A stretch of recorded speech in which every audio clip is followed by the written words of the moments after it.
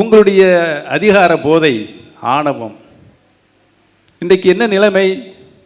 7 தொகுதிகளில் அனைத்து இந்திய அண்ணா முன்னேற்ற கழகம் டெபாசிட் இழந்திருக்கிறது. 13 தொகுதிகளில் 3ஆம் இடத்திற்கு சென்றிருக்கிறீர்கள். மற்ற தொகுதியெல்லாம் 4வது இடம், 5வது இடம். இந்த நிலைமை எதற்கு? அனைத்து இந்திய அண்ணா முன்னேற்ற கழகத்திற்கு இந்த நிலைமை எதற்கு? ஜனநாயக ரீதியில் புரட்சித் தலைவரும் புரட்சித் தலைவரும் அம்மா அவர்களும் இந்த இயக்கத்தை தொண்டர்கள் விருப்பப்படித்தான் எடுத்து சென்றார்கள். நீங்கள் சர்வாதிகார போக்கோடு செயல்பட்டு காரணமாக இன்றைக்கு மிகப்பெரிய வீழ்ச்சியை கழகம் எதிர்கொள்கின்ற ஒரு அபாயகரமான சூழல் ஏற்பட்டு இருக்கிறது. தமிழகத்திலிருந்து டெல்லி வரை இணைந்து செயல்படுங்கள் என்று சொல்லிக் கொண்டிருக்கின்றார் அத்தனை அரசியலுடைய தலைவர்களும். நாட்டை ஆண்டு கொண்டிருக்கின்ற பிரதமர் உட்பட அதுக்கெல்லாம் செவிசாவிக்கவில்லை. என்ன காரணம்? அந்த காரணத்தை இங்கே இருக்கின்றலாம் பேசினால் பொதுமக்கள் வெளியிலே பேசிக்கொண்டு இருக்கின்றார். நான் அதற்குள்ளே போகவில்லை. ஏனென்றால் இந்த கட்டம் நல்ல கட்டம். இந்த தோல்வி அனைத்து இந்திய அண்ணா முன்னேற்ற கழகத்திற்கு இரட்டை இலைக்கு கிடைத்த தோல்விக்கு காரணங்களை அலசி ஆராய்ந்து அதை நீக்கி இணைவது ஒன்றுதான் புரட்சி தலைவர் எம்ஜிஆர் அவர்களுக்கு புரட்சி தலைவர் மாண்புமிகு அம்மாளுக்கும் நாம் செய்கிற நன்றி கடன் என்பதனை இந்த கூட்டத்தின் மூலமாக தெரிவித்துக் கொள்ள கடமைப்பட்டிருக்கிறேன். அதற்காக ஏதோ நாங்கள் உங்களிடம் ஏதோ யாசகம் கேட்கிறது என்று நினைக்க வேண்டாம். இந்த 2-3 ஆண்டு காலம் தொண்டர்களின் உரிமையை புரட்சி தலைவர் தந்த உரிமை, கழகத்தினுடைய உச்சபட்ச பதவி பொதுச் செயலாளர் என்ற பதவி, அதை தொண்டர்கள் தான் அடிப்படை தொண்டர் தான் தேர்ந்தெடுக்க வேண்டும் என்ற நிலை, அவர் தந்த உரிமை பறிபோய் இருக்கிறது. நாம் பொதுக்குழுவில் நிரந்தர பொதுச் செயலாளர் இதேதான் டாக்டர் புரட்சி தலைவி அம்மா அவர்கள் தான் என்ற ஒரு உச்சபட்ச மரியாதையை 30 ஆண்டு காலம் இந்த இயக்கத்திற்கு தன்னுயிர் தந்த அந்த தலைவிக்கு தந்த உச்சபட்ச மரியாதை, அந்த மரியாதை இன்றைக்கு பறிபோய் இருக்கிறது.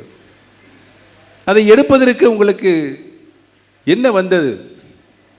அதை நீங்களே மீண்டும் சூடிக்கொண்டீர்கள் பொதுச் செயலாளர் பதவி. அதற்குரிய பணியை நீங்கள் செய்தீர்களா? இல்லை. நீங்கள் பொறுப்பேற்றுக் கொண்டதிலிருந்து 10 தேர்தலில் தோல்வி. 10 தேர்தலில் தோல்வி. நான் இந்த முதல் தர்ம யுத்தம் நடைபெற்று முடிந்தவுடன் அவரை நேரடியாக சந்தித்து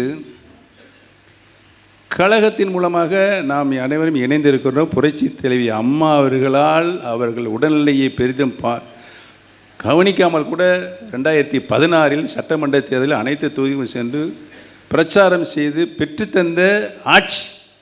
இந்த ஆட்சியை காப்பாற்ற வேண்டிய பொறுப்பு உங்களுக்கும் எனக்கும் இருக்கிறது. தூய ஆட்சியை புரட்சி தலைவர் புரட்சி தலைவி எந்த வழியில் கொண்டு சென்றாலும் அதை அந்த வழியில் கொண்டு செல்ல வேண்டும் என்று தான் நான் அவரிடம் எடுத்து சொன்னேன். அதற்கு உதாரணமாக சொன்னேன், புரட்சி தலைவர் எம்ஜிஆருக்கு ஒரு ஃபேஸ் வேல்யூ, அவர் ஒரு மாஸ் லீடர். அம்மா அவர்களுக்கு ஒரு ஃபேஸ் வேல்யூ உண்டு, மாஸ் லீடர். உங்களுக்கும் மாஸ் லீடர் நீங்களும் இல்லை, ஃபேஸ் வேல்யூ இல்லை, எனக்கும் அது இல்லை. ஆக மக்களுடைய அபிமானத்தை பெறுகின்ற வகையில் நம்முடைய நடவடிக்கைகள் இருக்க வேண்டும் என்று அவரிடம் எடுத்து சொன்னேன். அவர் ஊடு தான் கேட்டுக்கொண்டார் வழி, அதற்கு பதில் சொல்லவில்லை. அவர் நடத்தியிருக்கலாம், பன்னீர்செல்வம் உங்களுக்குன்னு பேச வழி இல்லை, ஆனால் எனக்கு இருக்கிறது என்பது அவர் கூட இருந்திருக்கலாம்.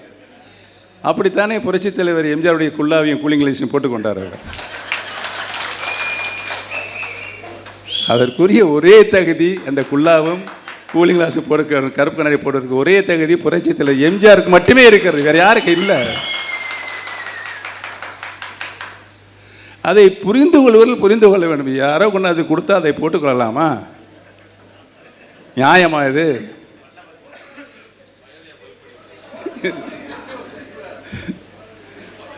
நியாயமா? தர்மமா? என்ன வருது?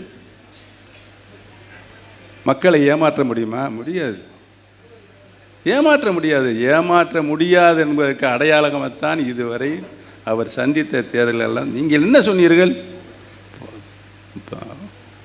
பழனிசாமி சிறப்பாக ஆட்சிகிறார், தலைமை கழகத்தில் பேச வச்சார், எல்லோரும் பேசினாங்க. நாங்கள் சரி கேட்டுக்கிட்டு இருந்தோம், ரைட்டு. மீண்டும் அவரவே முதலமைச்சராக அறிவித்தால் மக்கள் பொதுன்னு எல்லா ஓட்டையும் போட்டு நம்மளை வெற்றியடை செஞ்சிருவாங்க அப்படின்னு சொன்னாங்க. சரின்னு சொன்னோம்.